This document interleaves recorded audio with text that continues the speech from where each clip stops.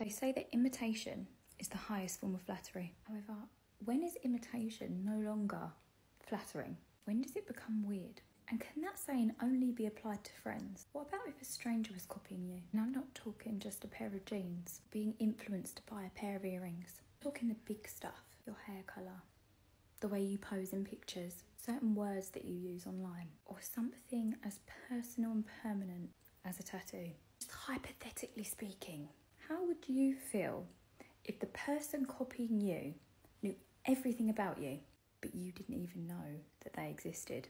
Imagine for 1 second that that person who is obsessed with you, who you do not even know exists to walk the earth, has been in your home, slept in your bed, used your shower and your toilet. Last year, a friend of mine found out that her husband had been having an 18-month affair. I've already done a video about how she found out. And through hiring a private investigator, she found out that the lady he was having an affair with was in fact originally someone who he had hired for her services. However, this goes way deeper than just a profession. And side note, I am not shaming absolutely anyone under any circumstances. This situation is very different than just an average escort sex worker. So please do not come for me.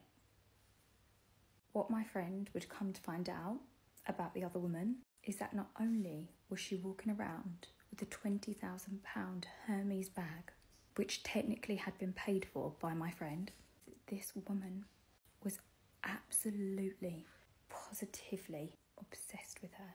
I've already discussed that this man had a secret phone, and I've already discussed that my friend has it.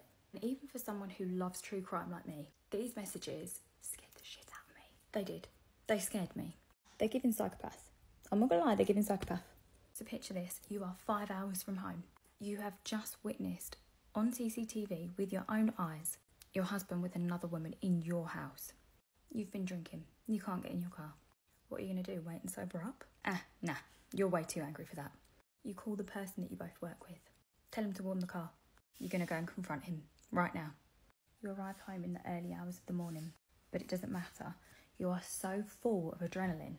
You quite literally could run a marathon. And you would have to. Marathon interrogation. And by the time you were finished, you are pretty certain that your entire life has been a lie. This man is not who you thought he was. And it isn't even the betrayal. It's the fact that he could do it all with your child next door. Well, he was the supervising adult while you went and worked. He was too busy babysitting a different type of baby. His 22-year-old sugar baby. And a financial investigator would soon let you know that your entire nest egg, everything you worked your entire adult life for, was gone. I'm sure we've all been scammed online in some capacity or another. And yeah, it's a total inconvenience. But in most cases, we can rest assured that we can get our money back. And at first, my friend, Isabella, thought that's exactly what would happen for her. But unfortunately, ladies and gentlemen, when you trust somebody to have access to your debit account and they decide to transfer it willy-nilly to whoever they want, that isn't always the case. That is how she would end up losing her entire life saving in 18 short months. Little did she know that the nightmare was only just beginning to unfold. She didn't just lose her financial security that night. She didn't just lose her husband. She lost way more. She also gained herself a stalker. I wish I was joking. I wish to God that this was just made up, but it isn't. This is in fact her genuine life. This woman stalked her, and her husband was too pussy whipped to see the evidence right in front of him. The cat is out of the bag. This couple actually worked together. Isabella's husband Liam is in fact the boss. He's one of the head ponchos. The MD, the CEO, call it what you like. I'm not part of the corporate world, I don't know. But he's up there. He's the second to top guy. Work becomes hell. They cotton on to the fact that money is constantly going missing. And from what I know, this isn't solely down to him. But the company is in trouble.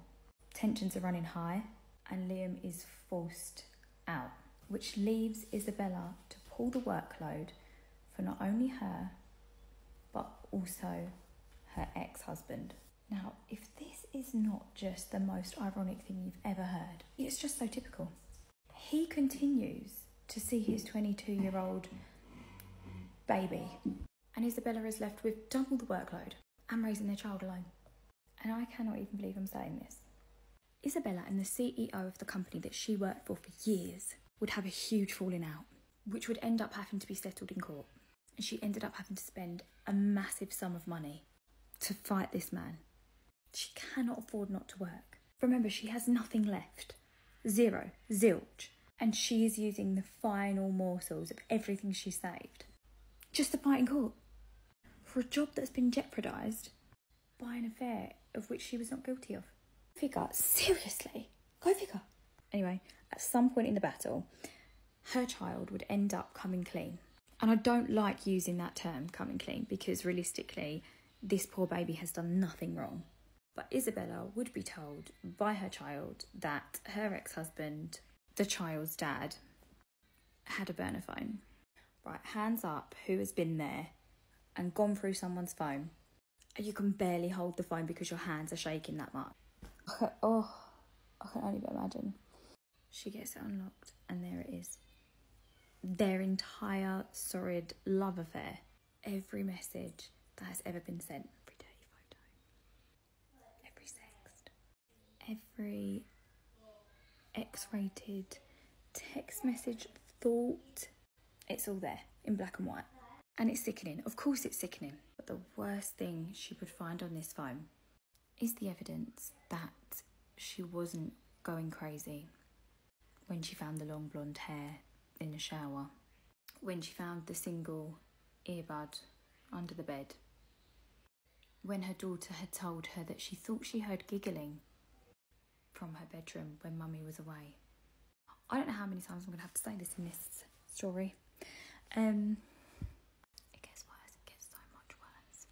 As she would go through the messages, she would start to notice that a good percentage of them were about her.